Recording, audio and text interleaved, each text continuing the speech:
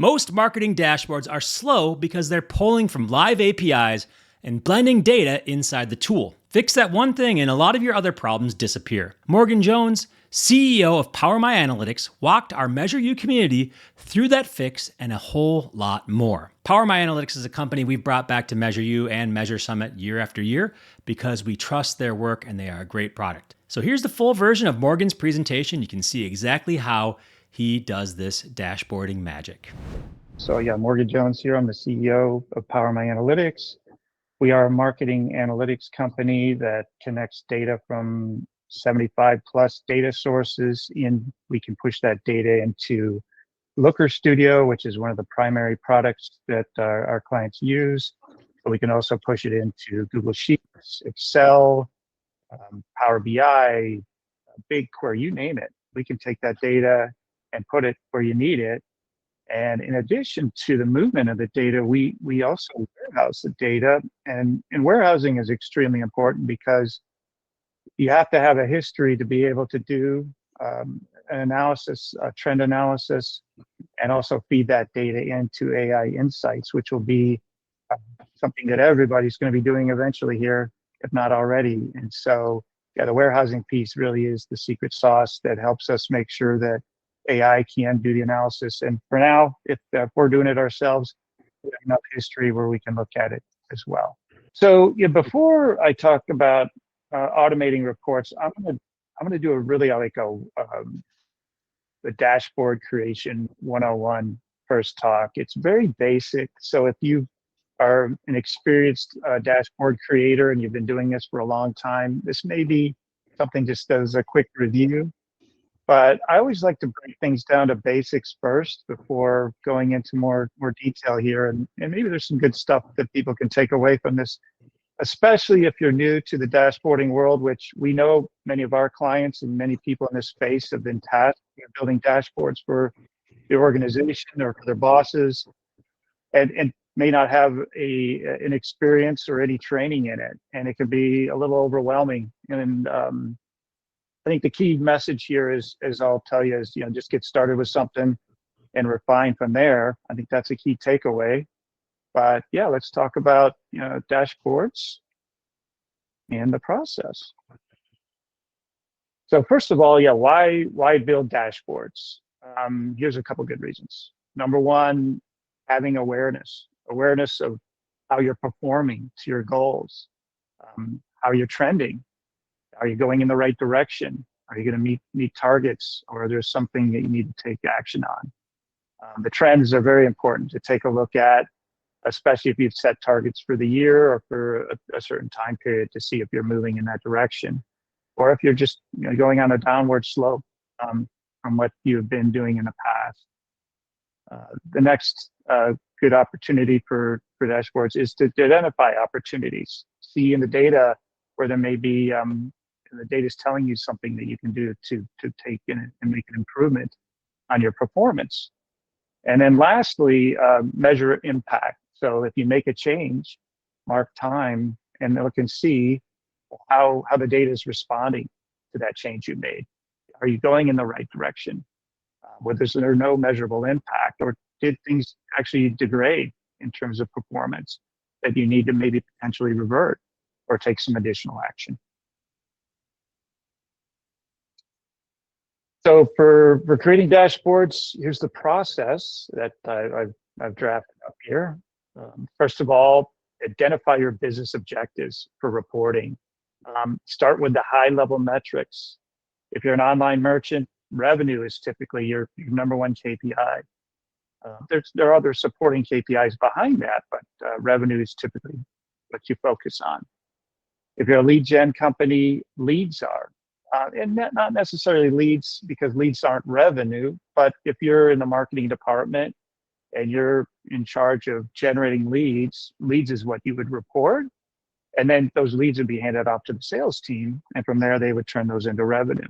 But you may do the handoff at the lead level, and so your KPI would be leads. If you're a publisher, it's all about page views. So the more page views, the more impressions, the more you can charge your advertisers for placement on your website, because they're going to get more impressions. If If you're a nonprofit, donations are typically what you're looking for, having people donate to your cause. So these are just some examples of the high-level KPIs, the core business metrics that either an entire company would focus on, or your individual department that you're working in. And just a little bit about KPIs versus metrics. I won't go into a lot of details because there's some good write-ups on this, but KPIs are the more strategic metrics versus metrics themselves are more supporting. A couple examples here is a revenue would be one of your KPIs, whereas an add to cart, if you're reporting those over time as a metric, it's definitely important because in order to try to drive revenue, you'd want to drive more add to carts. But the overarching metric, the most important one, would be revenue. And then same on the lead gen side. You know, if you're in the marketing department and in charge of generating leads for the sales team, leads would be your KPI. Clicks of advertising or SEO campaigns, those would be supporting metrics, but not necessarily the main KPI that you're focused on. So yeah, for the process, get those KPIs figured out, which ones you want to track, and then figure out how to measure them somewhere. So there's a lot of different ways in which you can measure KPIs. Some are more automated than others, but any way you can get them, that's a good start. So from a KPI standpoint, in Google Analytics, Mixpanel, other analytics tools, you can report revenue, leads, whatever your KPIs are. You can set up that tagging on the website and then have that data flow into Google Analytics. Or if you can just take this data straight from an e-commerce shopping cart, such as Shopify or WooCommerce, and have that data available. Conversion data, you can pull that out of Google Ads, Meta Ads, or other advertising platforms. Once you set up those tracking pixels, you've got that data flowing into those advertising platforms. CRMs are where you can generate this data. So you can have the data flow in on the lead side, and then even nurture those leads into MQLs, SQLs, revenue, lifetime value. You've got all that data in a CRM that just needs to be piped out somewhere where you can dashboard it and take a look at how it's performing. And even spreadsheets. I've seen companies work out of spreadsheets where they're entering information, even using it like a CRM or even reporting sales. It's in there. It's, in fact, if it's in a Google Sheet or somewhere where you can put that into a dashboard, that'll work just as well. So what I like to do when I build dashboards is I will put together ideas for how I want to have the report presented. But I really like to start small. At least for me, I don't want to overthink it too much. I like to just throw some data up there, get that data out and share that, whether that be with myself, with colleagues, whether it's with a manager or with an entire team. Building a dashboard, getting it out, showing it to people, or just looking at it will lead to questions such as, why is this KPI performing this way? How is it trending? What supporting breakdowns can we add to this report to help us understand what's going on here? And so by building that simple dashboard with a couple KPIs, it'll just lead to optimization over time. But yeah, make sure to make these dashboards audience specific. So if you're sharing with an executive team, you may not want to show KPIs that are more focused at a lower level. In fact, maybe arguably metrics. But at the executive level, they're going to want to look at revenue and all the main KPIs that are paying the bills and pumping in the money. Whereas if you're creating a dashboard for, let's say, the marketing team, they may have a focus more on leads or conversions and spend. So yeah, the audiences definitely should be taken into consideration. And then, yeah, make sure and include trends. So be able to compare year over year or time period over time period. So you can see how things are trending, because that's really important to be able to determine if you're moving in the right direction. So I think, yeah, my mantra is just throw up some data, make it quick, and you're going to fine tune it over time. Some of the common pitfalls of building out dashboards is just having too many KPIs, especially on one page. I think maybe a lot of us have seen that, where somebody shows us a dashboard or even is boasting about a dashboard and it's a huge eye chart and you just don't know where to focus. I like to keep them simple, at least for sharing with others. I can myself have a pretty noisy dashboard myself. But yeah, start small. You can always add more to it until you start hearing people say it. I'm having a hard time following the dashboard. If you focus too much on the metrics and not the KPIs, that can have an effect on actionability and also just the business impact. So in Google Analytics, for example, there's a lot of metrics such as page views, average time on page, other metrics that really aren't business metrics. They're great because you can see how people are interacting and engaging on the website, but they may be so far away from your true business objectives that they may just not be the right audience, depending on who you're sharing this with. And last but not least is data arriving too late. So that's where it really leads into automation, and that is, it's great to have this data and assemble it, but if it's coming in late and it's too late to take action to correct it, and hit your targets, let's say, if you're reviewing in January from last year and you had sales targets and you're seeing right now you missed it and there were some opportunities that the data presents, that's where automation and looking at that data more in real time will allow you to turn the ship more rapidly, sooner, so you can make sure that you catch things in real time. In terms of automating reporting, there's a lot of options. On the marketing dashboard side, Looker Studio, it started out as Data Studio 10 years ago, in 2016, and has really taken off. It's a great free tool. It's not perfect, but the price is right, and it works really well in terms of creating dashboards. But there's many organizations that are into spreadsheets, and spreadsheets work great. You can have them present the data in the way you want it, and you can even have those updated with data connectors that bring that data in, or if you're assembling the data yourself, keeping it updated. And then there's BI tools that really do some deep diving.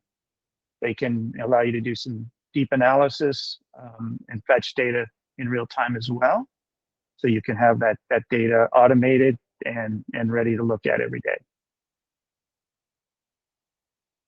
I'm going to share a real example here, having talked through the process and some of the best practices and pitfalls. So here's a report I look at on a regular basis. So in addition to running PowerBI Analytics, I actually run Greek Market as well.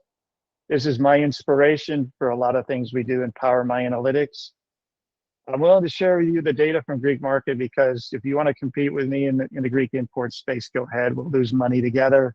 It's not a big money maker, but it's definitely an inspiration for opportunities to automate reporting. And we've definitely used it as a testing grounds for a lot of things we do, including AI insights, which we're going to be rolling out this year in much more deeper fashion. But yeah, this dashboard, it's got the overarching metric, which is sales, and that's the one I look at very closely. And then I've got what I'd call metrics, but to me they're KPIs because I'm very focused on them: units sold and average price or average unit cost. And the reason I have in this particular dashboard average price in here is we've made a strategic shift in the last year to raise prices, expecting units to go down, but overall sales to go up. And that's what we're doing. So all these metrics here are comparing to previous year. So this is the last 30 days compared to previous year. So it's a good way for us to take a look at year-over-year changes. We've got change in revenue year over year. You can see the units are down substantially, but the average price is up substantially as well. And then I'm breaking this down by sales channel. So Shopify, the main shopping cart, and then Amazon seller, as a channel, eBay, and when we have Walmart sales, they show up as well. If I've got the delta changes year over year for each of these metrics, sales units and average price, so we could see how those are affected on the sales revenue. And then I've got trends. So these charts here, this is all automated. This is all coming in every day. So we've got real-time data through yesterday where I can look at sales. Every morning I can get up and take a look at how we're performing. If I wanted to open this up to a longer date range, I could change the date range on it and go back to like a yearly year-over-year comparison. And then, yeah, I've got a great trend report showing me how we're performing and giving me insights on how things are working. So yeah, I'd like to start with the main report just being the main KPIs. This is like an executive level report. And then drilling down into the details. So this particular page in the dashboard is looking at the sales channel performance. And this is just giving some trends in what's selling in which channel. But then the next page is really go into the details. So I wouldn't want to put this on the front page because this is quite an eye chart. But what it does have is category level sales. So this allows you to take a look at individual categories and their sales, their units sold, and their average price to see at the category level, especially if we're maybe underperforming or if we're looking to see which categories are helping us do well, being able to those category level breakout. And then finally, at the product level, we want to go really into the details. We could take a look at the product level reporting and see which products are trending year over year, up or down. And then lastly, I've got a sales by product report. So here's where I can actually just do a deeper dive, look at products. I can look at particular SKUs, particular categories, particular sales channels, even fulfillment channels within Amazon, and just keep digging down to try to understand what I'm seeing at the high level and the supporting data that supports what's going on all the way at the top.